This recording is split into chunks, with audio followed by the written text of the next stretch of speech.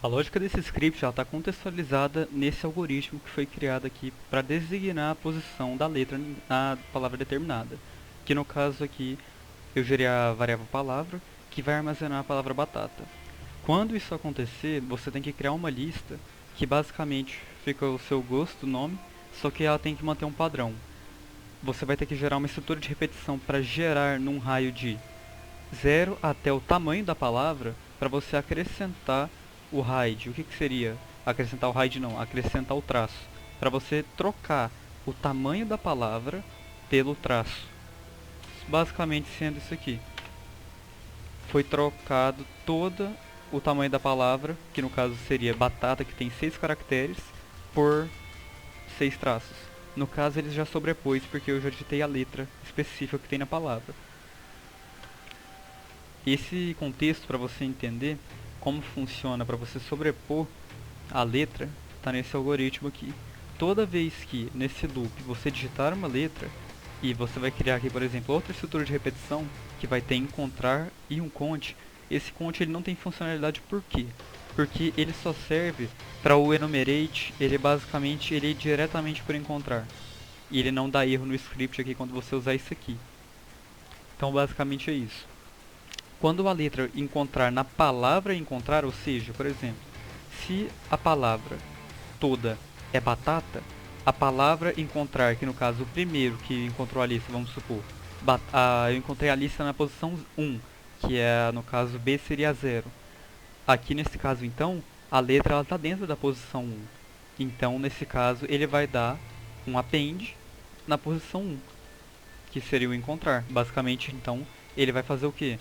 Ele identificou que na palavra batata a posição 1 possui a letra A, que nem no início que teve a sobreposição com total da, da letra A em todo o script. Ele vai fazer esse loop para todas as letras por causa do for, porque ele está em toda a lista. Então se você digitar basicamente uma palavra que só tem A, ele vai acabar o jogo, porque ele vai em toda a lista. E o que acontece aqui?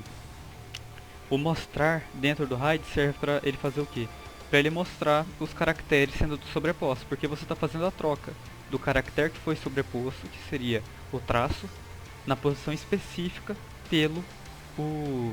pela letra que você selecionou. Porque se a variável palavra tem 6 em específico, o traço ele vai ter a mesma quantidade.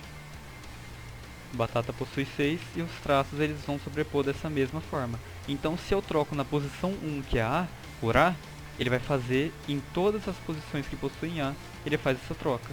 Que nem no algoritmo rodando ele faz isso aqui. Se eu digitar a palavra B, ele sobrepõe só a primeira. Se eu digitar A, ele sobrepõe as 3 que ele possui e T. Isso funciona para qualquer palavra. Então se eu colocar aqui, por exemplo, paralelepípedo, vou dar o debug aqui. Pronto. Se eu digitar P, ele vai em todas. O A, ele vai em todas. O L, ele vai em todas. Basicamente, até sobrepor a palavra inteira. A lógica principal era essa. Então, se você realmente tem interesse em desenvolver isso aqui, e você não tem noção como começa, às vezes você está começando agora também, basicamente você só usa isso de guia, não copia o código inteiro, até porque não é um código enxuto, esse aqui. É um código que ele foi pré-definido só para teste, basicamente. Porém, ele é funcional. Ele tem muitas coisas de cores no terminal que vai confundir muito a cabeça de quem não entende. Então, basicamente, a contextualização dele nessa parte aqui seria você criar a cada condição, por exemplo, a cada erro, no start é o início. Então, você vai definir a forca normal. Se a pessoa errar uma vez, você define o que? Mais uma. Com a cabeça do boneco. E assim sucessivamente a quantidade de erros que você quiser. A questão dele atualizar daquela forma. Você pode criar uma quebra assim. Por quê?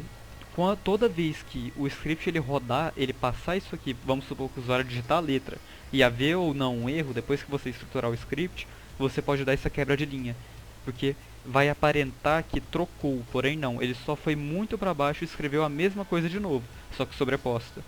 Isso serve para você não ter que importar uma biblioteca específica, ainda mais no começo, para você estudar um modo para você limpar alguma coisa, que não tem necessidade nesse início.